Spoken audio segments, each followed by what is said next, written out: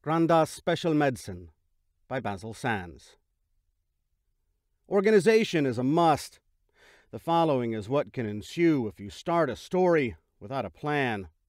My friend and fellow audiobook narrator Al Kessel recently asked for some advice on clearing up a stuffy sinus, so I asked my leprechaun buddies their opinions of what they would put up their nose to help with sinus issues.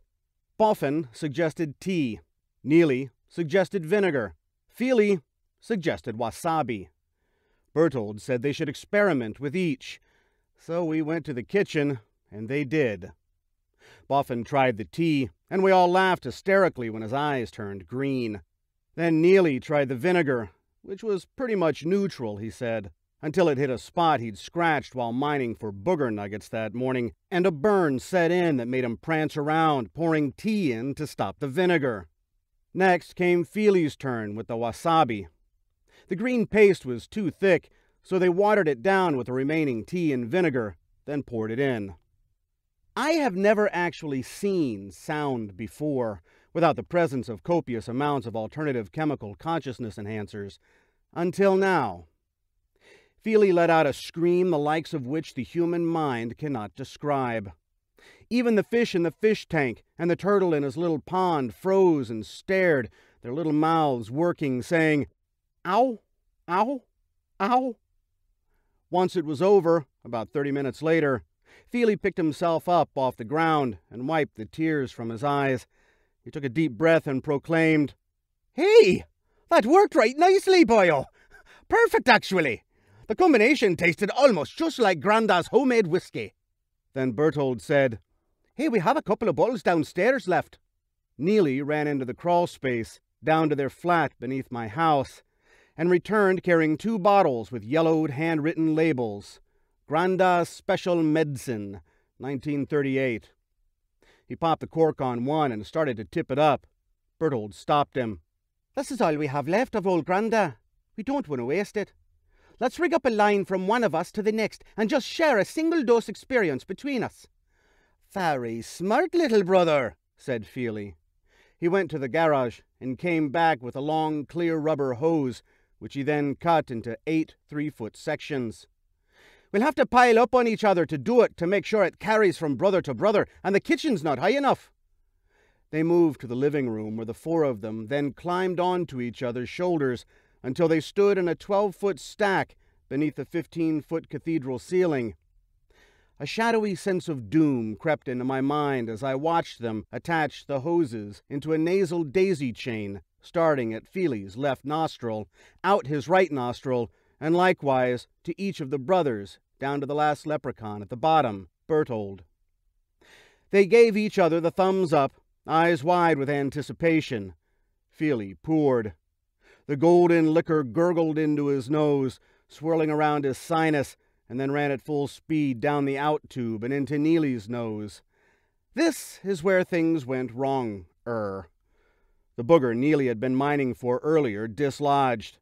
He let out a choked sound as it entered the out tube from his right nostril and jammed halfway between him and Boffin. "Flush it down! Pour more medicine in, Fillii!" he shouted. With the tubes in his nostrils, it sounded more like, "Bush it, Dub! More better, you birdie!" Fillii apparently understood and tipped the rest of the bottle's contents into his nose.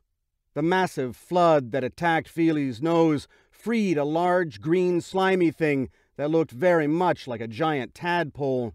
That slid under pressure down the hose and through Gnillii's nose, where it picked up a family of very small mice who'd escaped the earlier deluge, and continued on the journey until it all hit the booger, breaking it free and firing the mass into Boffin's nose.